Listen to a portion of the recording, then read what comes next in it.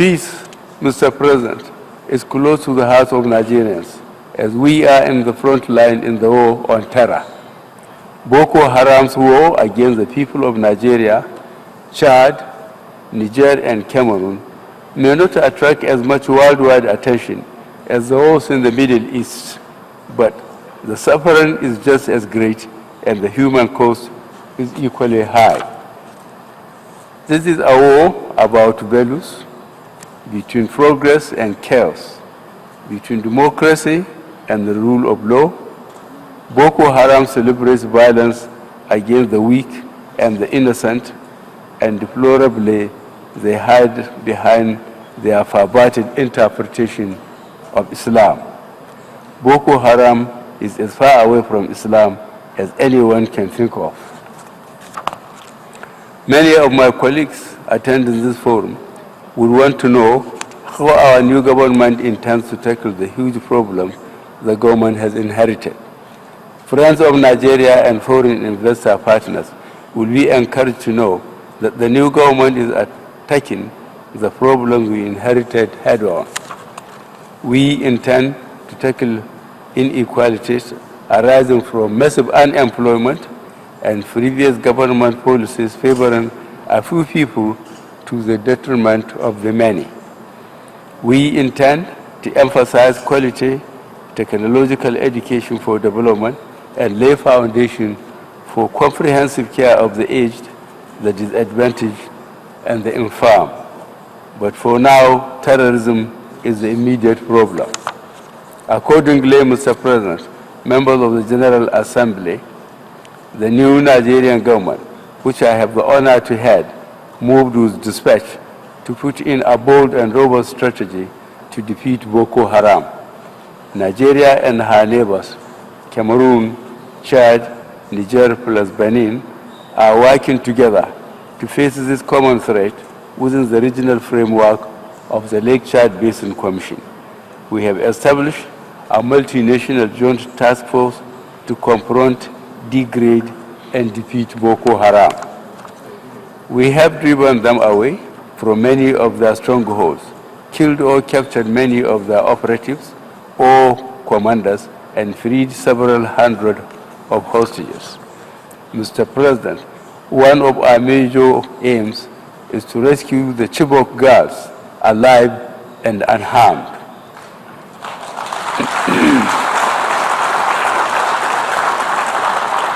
We are working around the clock to ensure their safety and eventual reunion with their families.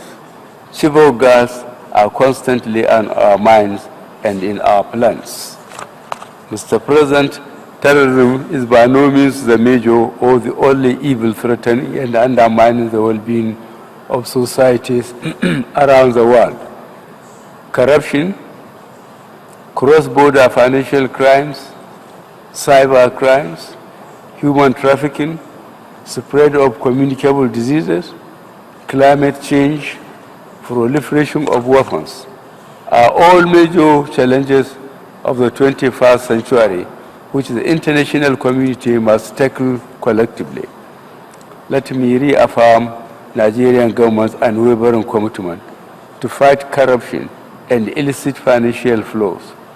By any consideration, corruption and cross-border financial crimes are impediments to development, economic growth, and the realization of well-being of citizens across the globe. Nigeria is ready and willing to partner with international agencies and individual countries on a bilateral basis to confront crimes and corruption. In particular, I call upon the global community to urgently redouble efforts towards strengthening the mechanism for dismantling safe havens for proceeds of corruption and ensuring the return of stolen funds and assets to their countries of origin.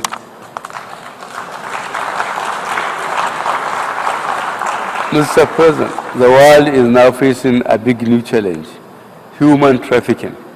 This is an old evil taking an altogether new and dangerous dimension, threatening to upset international relationships. We in Africa are grieved to see on international networks how hundreds of thousands of able-bodied men and women fleeing to Europe, and in the process thousands dying in the desert or drowning in the Mediterranean. We condemn in the strongest terms these people traffickers and will support any measures to apprehend and bring them to justice. At the same time, we are very appreciative of European governments, notably Italy and Germany, for their understanding and humane treatment of these refugees. Last year, our continent faced the dreadful occurrence of Ebola. We sincerely thank the international community for the collective efforts to contain this deadly disease.